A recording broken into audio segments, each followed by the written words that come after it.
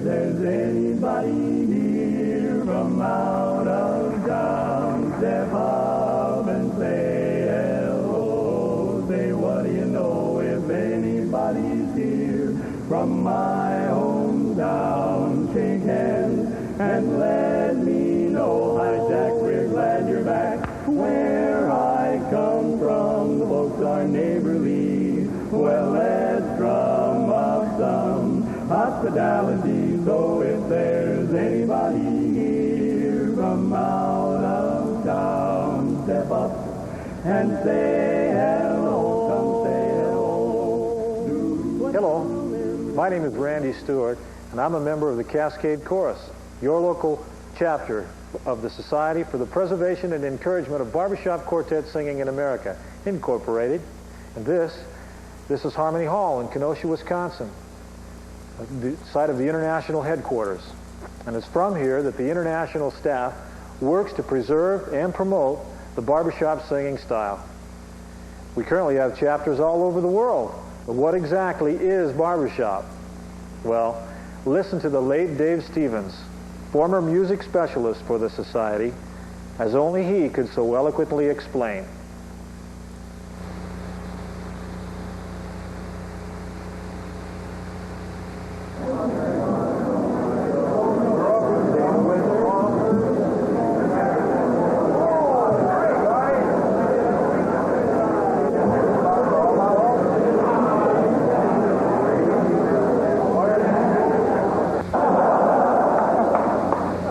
We've been preaching keep it barbershop for many, many years, and of course the question is just exactly what is it? And I guess the wonderful thing is you can't pin it down. You can't box it in. You can't, barbershop's changed. You can remember how it used to be. A lot of us remember how it used to be. Barbershop's come a long way. We sing it so much better than we ever did before. It hasn't really changed all that much. We still sing a lot of the same chords, don't we? Still get the same kick out of singing with each other. My first exposure to barbershop was in 1947, and I was a commercial musician. You know what that is? That's a polite term for starving to death. That was in the back of the days of live radio. Some of you remember live radio. My quartet was sometimes accused of being the reason live radio died. But I remember a guy called me up. He says, there's a bunch of guys, they call themselves barber shoppers. They meet on Wednesday night at the old Press and Union League Club in San Francisco. He said, come on down if you want to have some fun. I came on down. Terrible. Absolutely the most cacophony I've ever cacophoned. Everybody standing around, no discipline, no whistle blowing, no program, no nothing, no music, no director. We didn't sing good, but we didn't know that. We thought we had this thing to ourselves, then all the musicians came in. So they wanted to have some fun, too. But I think sometimes we need to go back to how barbershop started. And contrary to popular opinion, Lou Perry was not there.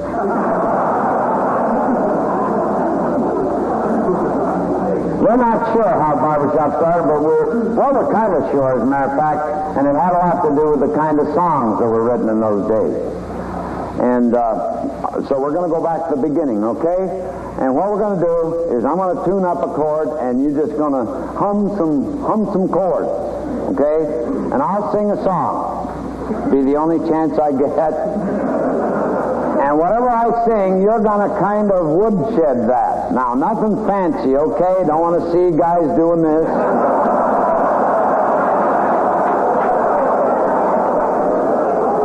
I don't want to see any of the faculty flashing chord signs,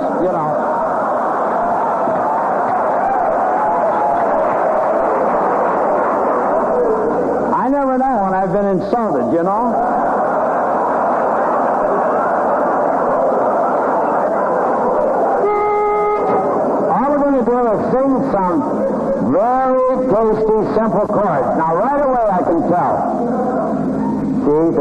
they're going to get left out.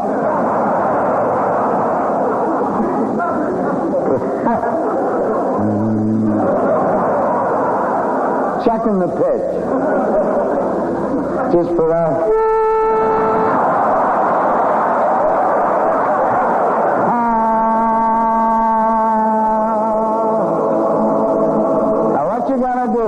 You got to close your eyes, and that's so we don't embarrass each other. These guys are going to close their eyes too. They're nice guys. And you all just hum very simple chords. No tiddlies yet. That comes later. Okay? Take a breath, hum your note, close your eyes. Here we go. Hum. Carry me back to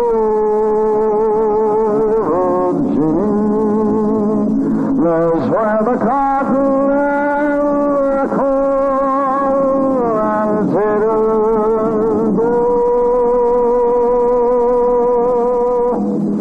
That has to be how barbershop started. Now, I know you've probably sung the song, or maybe you even know an arrangement of it. But it's the kind of simple melodies that the pop tune writers back in those days were writing. And they were writing songs that a lot of us could sing. Now, that's not true anymore.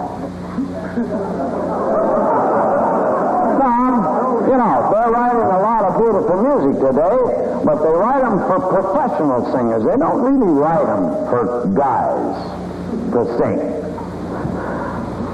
How many times have you walked down the street and heard someone whistling Aquarius?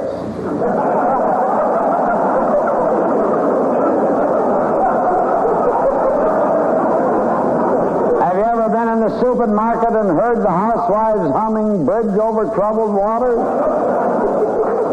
They don't write songs for people to sing anymore. Now that's a song that they wrote for people. And it gave you an idea of the chords.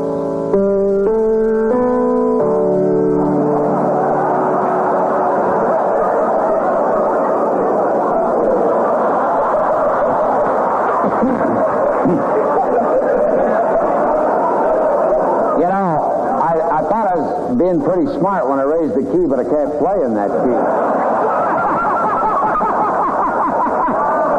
That's a key of A. Well, I don't have to prove it. It's a song.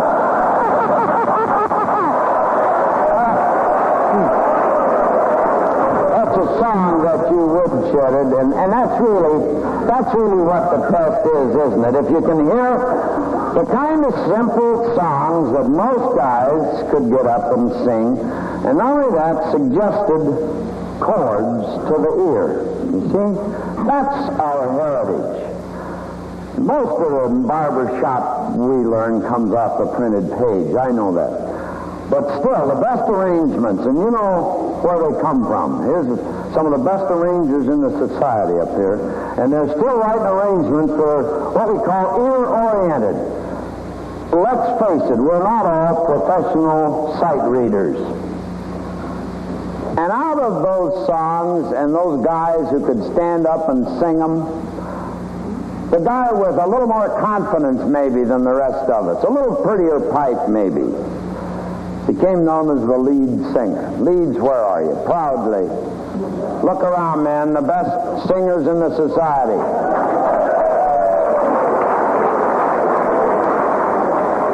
By their own admission.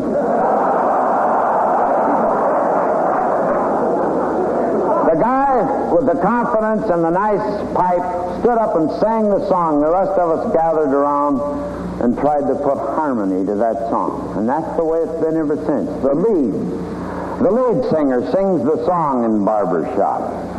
That's a very unique stylistic feature of our barbershop art form. The lead sings the melody. See, not the tenor, not the baritone, not the bass. The lead sings the melody. Now, that right away distinguishes our style of singing from so many other styles of singing. Oh, sure, once in a while we let the bass have a tiddly, you know, bum bum bum bum, you know. Doesn't take many of those and he renews his membership, yeah.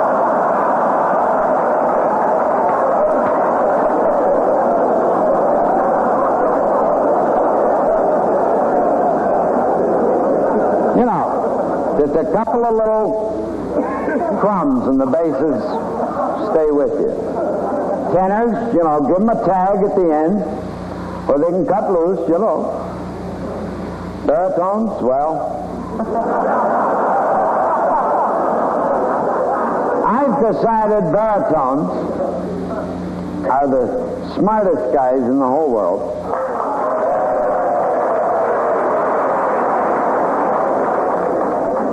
Because they discovered, before anybody else did, that if they didn't move off of their note, they had it knocked.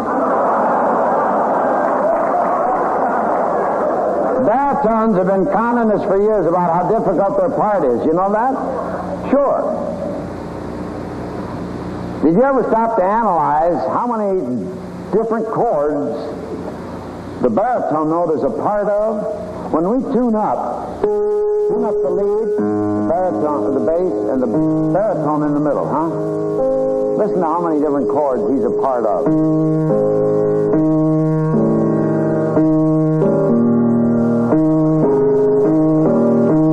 ain't moved yet, see?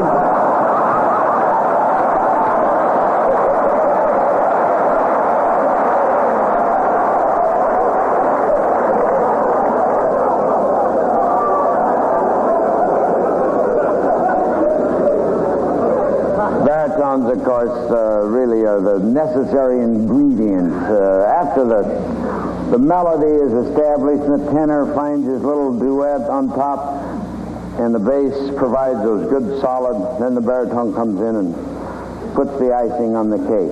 But it's the lead singer that's the important guy in barbershop. He sings the tune. And, you know, that's fine. We all know that, don't we? But you get to thinking about it, what kind of a lead singer is this guy? How high can he sing? How low can he sing? What kind of quality has he got? Can he remember words?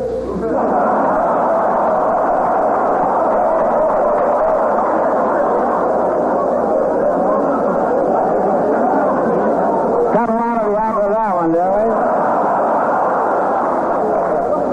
Sure, a lot of guys can sing the melody, but they can't remember the cotton-picking words. What kind of a guy is this guy? Well, I've been taking a tune throughout the society for about, I don't know, I guess we started back in the Bob Johnson era, about 1961, doing hep schools together, and I carried this tune around for years. Can't find anybody to sing it too much. It's a tune called Deep Purple. Did you ever hear of it? Heck of a song. Got some good barbershop chords in it. You all know the tune. Everybody sing Lou, Lou, Lou on the melody.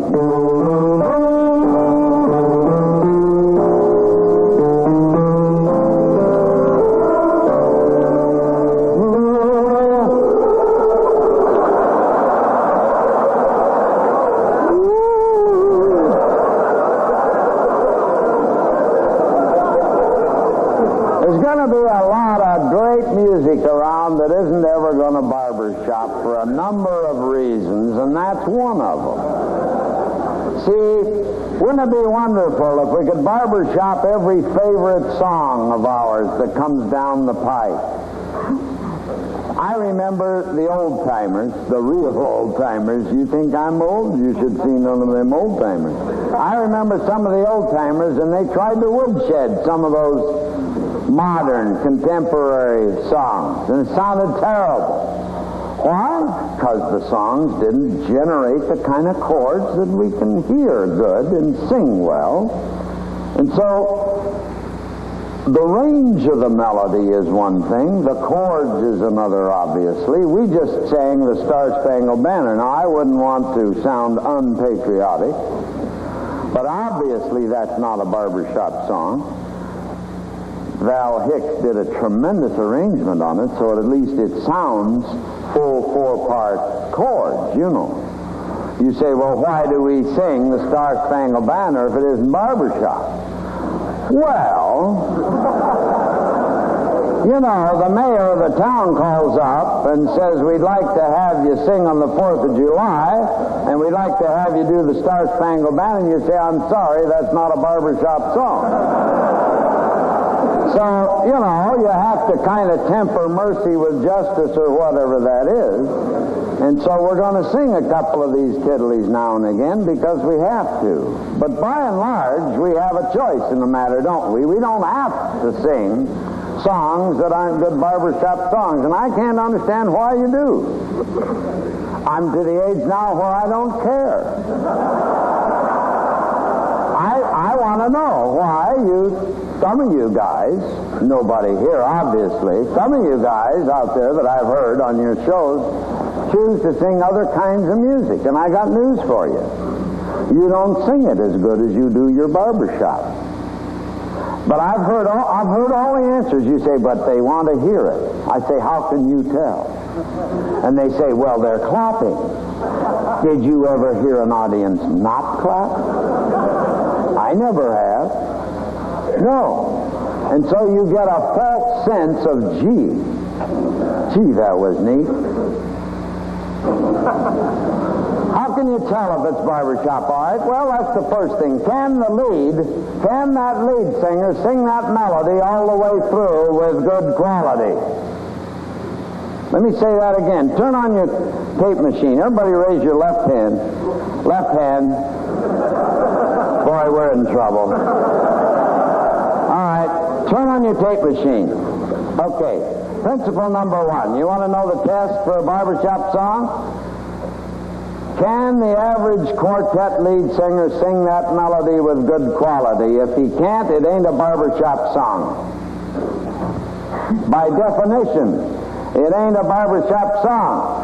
If that average quartet lead singer can't sing that melody all the way through. Got it? How about the lyrics? What's a good barbershop lyric? I asked Lou Perry. You know Lou Perry. Don't ever lay a sentimental lyric on him. He'll cry on your tie.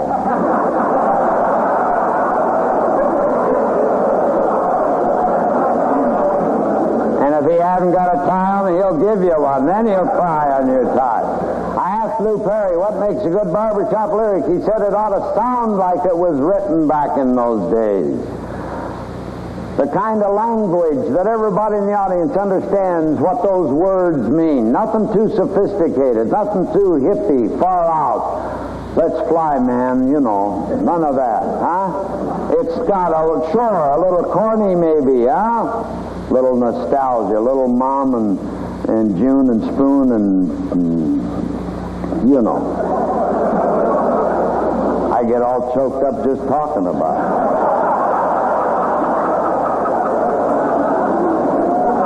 Not the greatest literature in the world. Some barbershop lyrics really tear you apart. Others, you know, it's Tin Pan Alley commercial tunes we sing. But it's that kind of a lyric. It's down home. You only want me when you're lonesome. You know that one?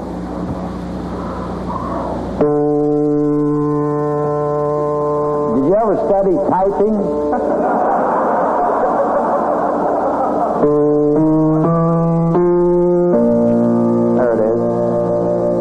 The other day, I was trying to work something out, and there was a note out. Didn't play. I was afraid to look down. I thought I'd lost a finger.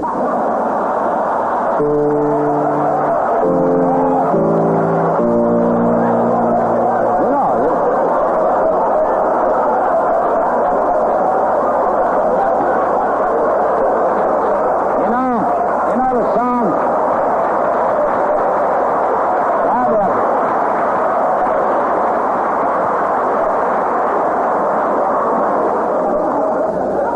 Come on, sing with me. You only want me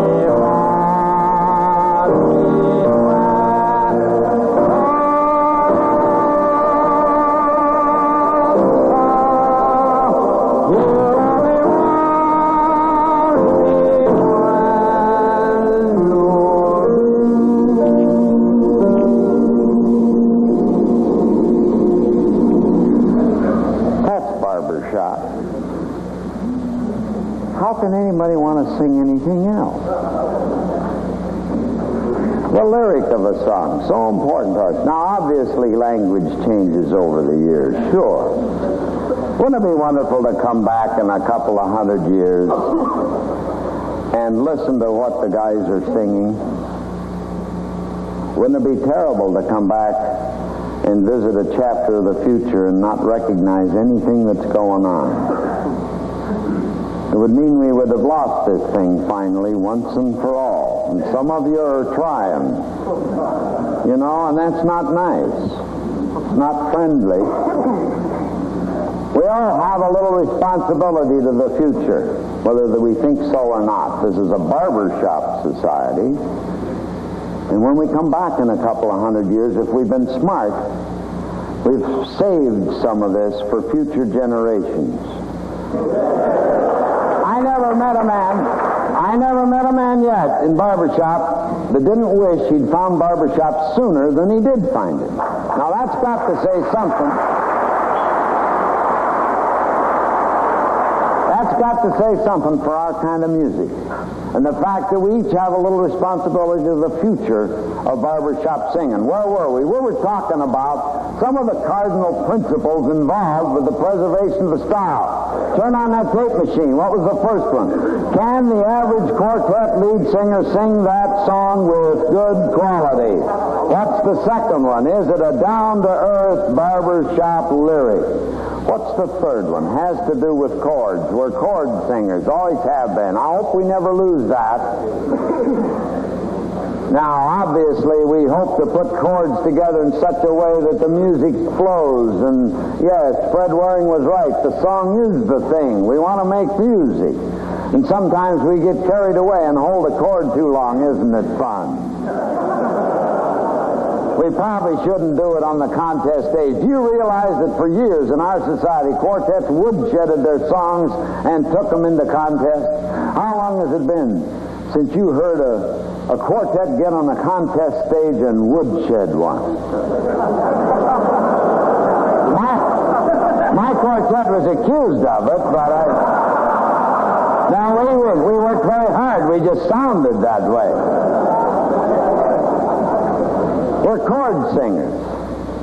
And I'll bet if you can think back to the first time you got hooked on barbershop, it's because you sang and rang a chord right. I'm not allowed to say ring anymore. We used to say, boy, that chord rings. You don't say that anymore. You're supposed to say that chord, that arrangement of tones, provided the optimum opportunity for a consonant sound. But it sure sounds like ring to me.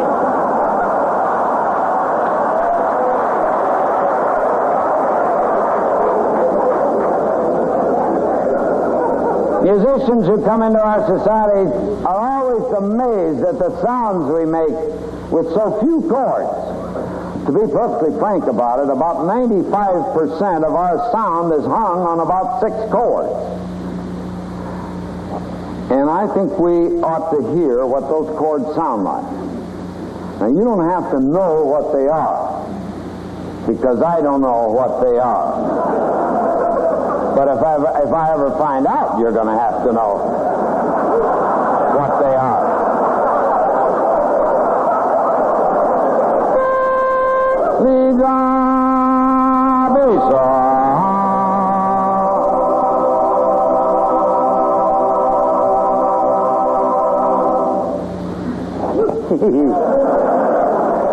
I suppose we ought to quit right there. Okay, now I want you to do 2 things. I want you to hum, you know, and try to stick an ear up here. Boy, that's tough when you're in a big group. It's tough to hear the whole chord. I remember one night we were out in a chapter somewhere, and a guy went out to make coffee or something. He came back, we were singing, he just stood awestruck, and he came up afterwards and he said, it's the first time I ever heard the barbershop sound. And I said, you're a new guy? He said, no. I said, where you been? He said, in the middle of a 60-man bass section.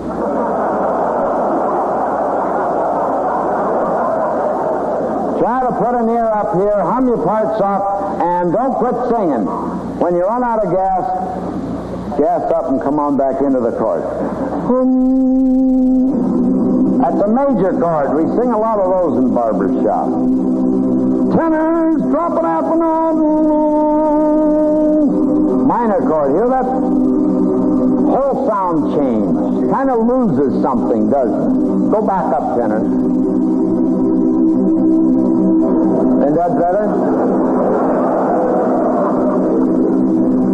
That's more pleasant sound. We really like that sound a lot better. But we sing minor chords too.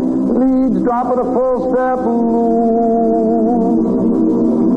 That's the biggie, man. That's called the barbershop 7th chord. That's 3. Now, tenors, put that minor back in. Okay, that's the minor 7th chord. That's 4. Batons, drop yours half a notch low. That's the minor 7 flat 5.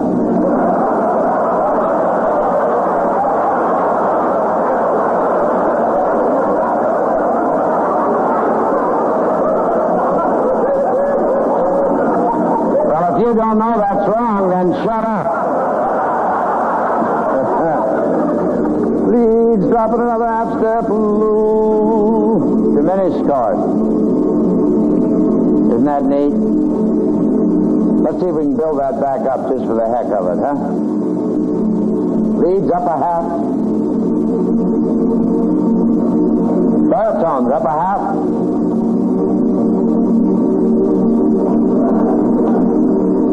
Tenors up a half.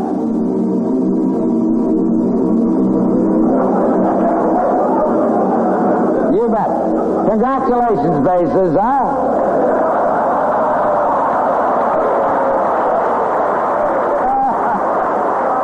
Listen, that ain't easy to sit down there and let everybody have the fun. Major chords. Sing a lot of those, you bet. Minor chords, yes. We sing them when they're called for. Although we really don't like minor chords much. They're not natural chords to the ear. Joe Lowes, our new director of music, led us in the old songs, our theme song. The old songs, the good old songs for me. I love to hear those minor chords, and there isn't a minor chord in that whole song. We really don't like minor chords. We sing them when we have to.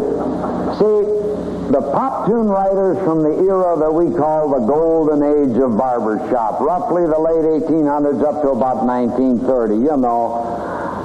The tune writers in that era wrote in the major modes. They didn't write minor songs. You tune into today's music, an awful lot of minorish quality. That's another reason they don't fit into barbershop so good. That major sound. We sing that minor chord, but the biggie, of course, is that barbershop 7. That's the barbershop 7. That's the barbershop 7. So that, as a matter of fact, all of those are barbershop 7. The reason I know that, the only thing I can play without looking.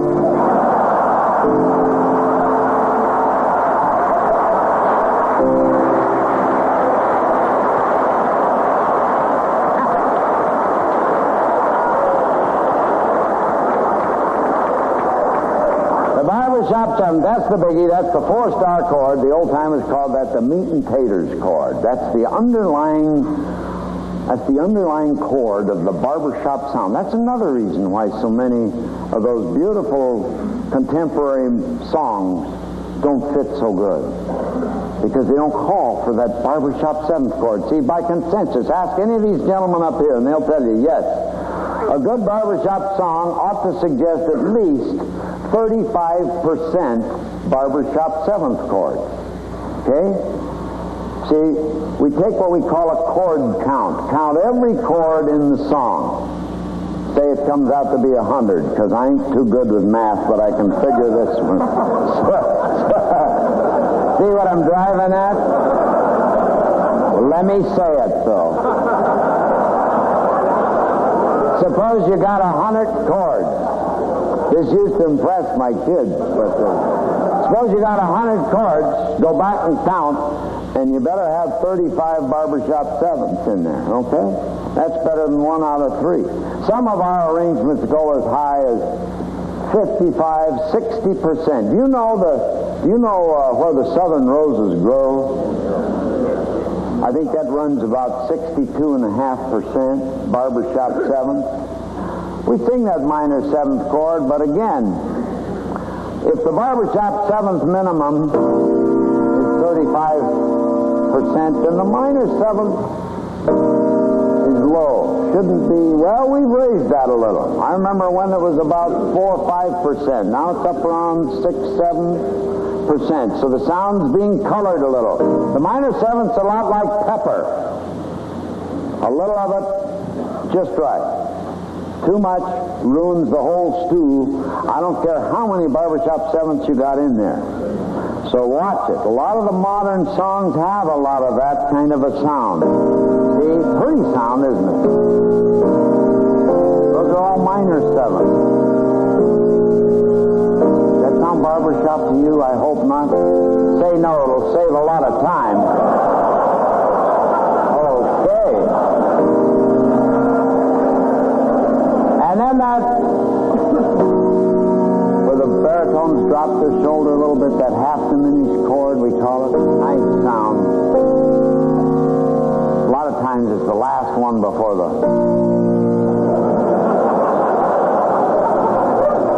And then finally that diminished chord. Dumb chord.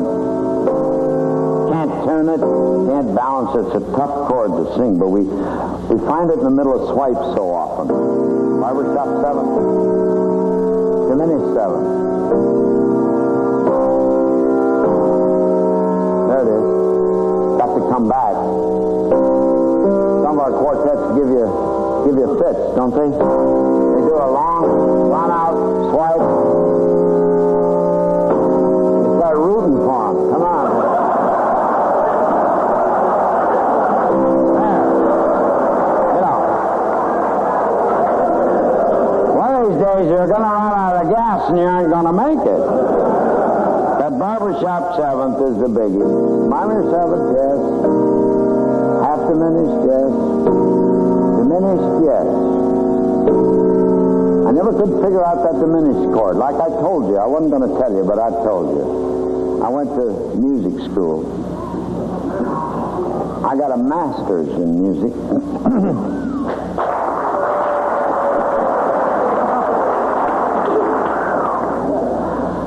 I have to admit, though, after the war, you could get anything on the GI Bill. But anyway, we had to study all them great composers, you know.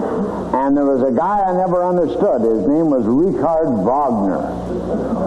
Wrote all them German operas, you know, big stuff. Had a thing for blondes, actually.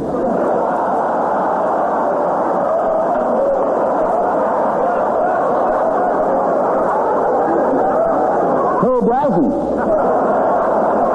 You know, I always picked the biggest blondes and you know, the helmet and the...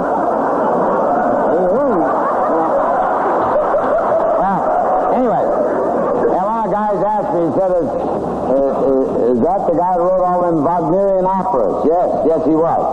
But I finally decided I was going to figure out what that guy used. And he used more diminished chords than any other composer before or since. What gave his music that ethereal, that fog-shrouded, evil sound. You know. And then every once in a while, barbershop seventh.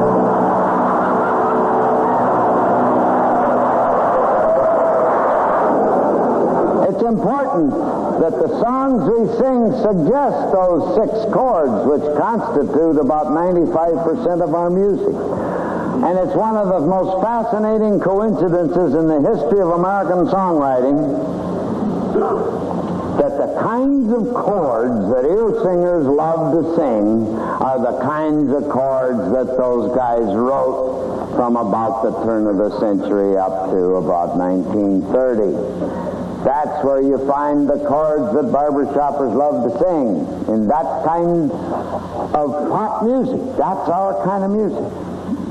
There's one other thing about chords that I did want to mention, because just the chords themselves is not enough, okay?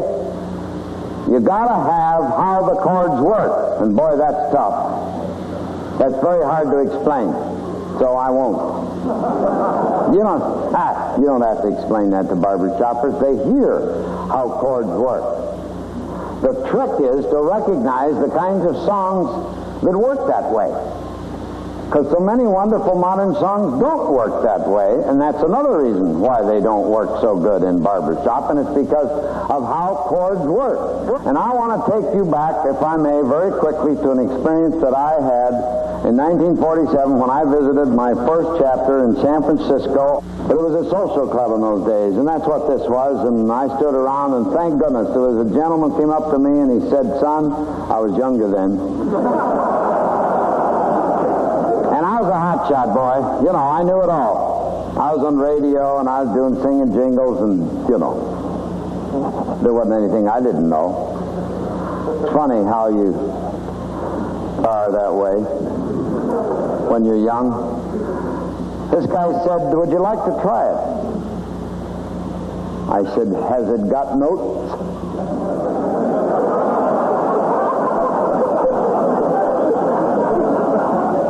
He says, "Yeah, it's got notes." I said, "Well, then I can handle it." The things you say that come back and haunt you.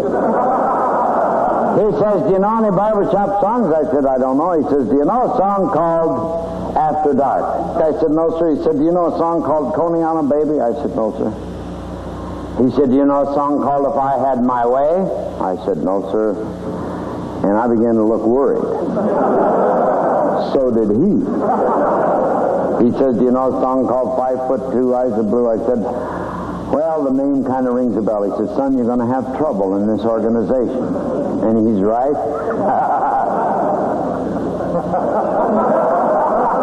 Fortunately, he got three other guys together, and he showed me what barbershop chords do. See? And he says, "First of all, you tune up on home bass, see?" Well, I'd been to music school, and I was almost going to explain to him, we call that the tonic, sir. Or the key tone. I figured the least he could do was call it do. He says, "We call it home bass." And I said, "Why do you call it home bass?" Because he said, in music, you leave home base, and then you try to get back home. Real quick now, I'm going to show you. We're going to tune up a chord, and I'm going to sing a song, and you put some chords on it. That's all you do. Okay, close your eyes. Hum. After dark, when everything is still. Now, where does that chord want to go? Right back home. Simple? Sure. But what he said was, anytime you can get to that chord, and that's what he called the after dark chord. He says, if you can get to that chord, you can always get home. Do that again. After dark, when everything is still, and it takes you home. And since that was the first chord away from home base, he held up one finger. Now, that's a system we haven't taught in a long time. It's called the clock system, and don't pay any attention to it. It'll get you thoroughly confused. But the old-timers held up one finger, and that's what they wanted to hear. That was the after dark chord, and that always took you home. Guess what was two chords away from home base? Goodbye, my Coney Island baby. Where does that chord want to go? Farewell, my own. That's the after dark chord, isn't it? And it'll take you home. And so, anytime they wanted that chord, they held up two fingers and called it the Coney Island baby chord. chord took you to the after dark chord, and that chord took you home. Guess what was 3 chords away from home base? If I had my way.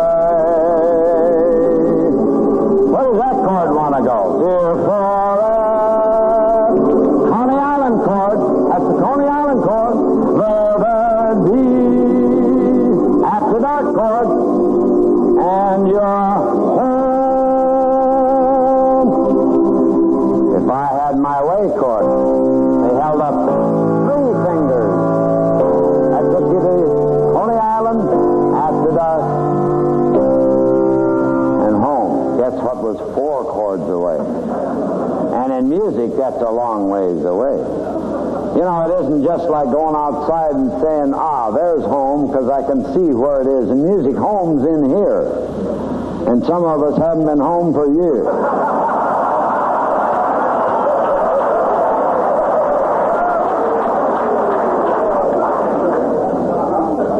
4 chords away. 5 foot 2, eyes of blue. Where does that chord want to go? Oh, what those 5 foot. That's the if I had my way chord, isn't it? Has anybody? That's the Coney Island chord. Sing after dark, and you're home. Now, I'll tell you a little secret. If the song that your quartet is wondering whether it ought to learn to sing or not doesn't do that, you got a problem. Because that's the way good barbershop songs work. And songs that don't work like that aren't going to be nearly as good. And that's, of course, you just learned what we technically call, what do we technically call that?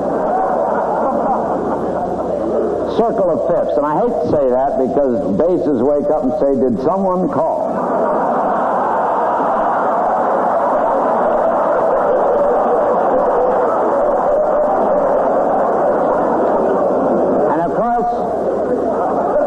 System goes way back centuries to the old masters. I remember the first piece I ever heard written by a guy named Franz Liszt.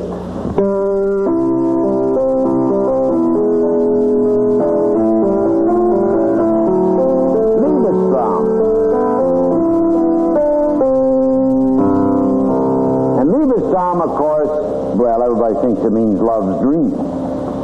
Actually, if you look it up, if you find an old Teutonic dictionary, is it Teutonic? Is that German? If you find an old dictionary, you'll find that Liebesträume mit der Umlage der Ströme there. Liebesträume means 5'2".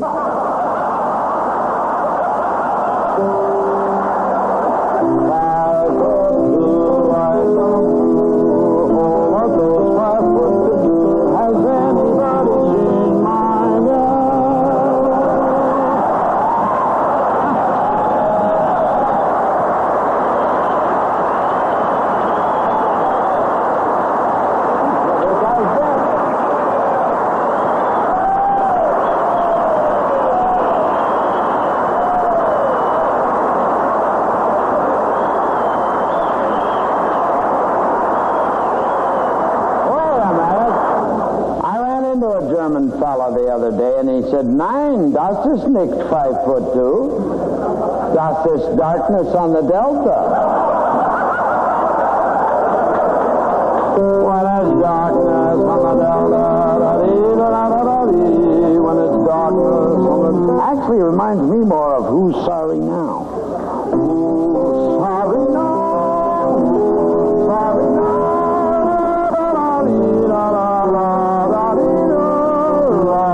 Actually, we know better. It's really down our way.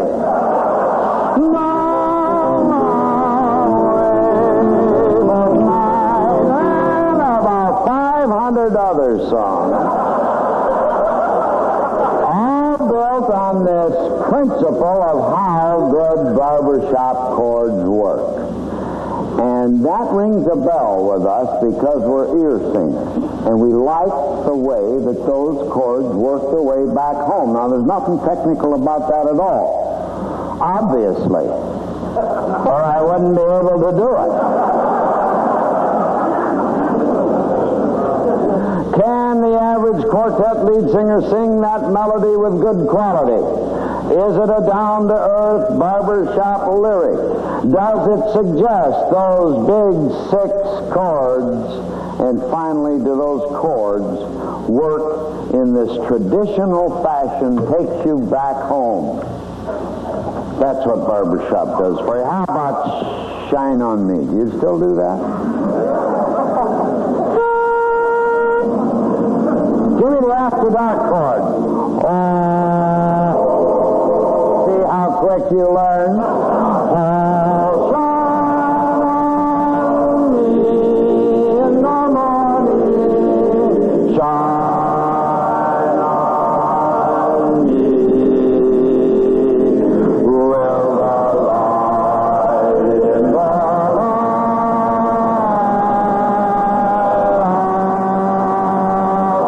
Shine on me.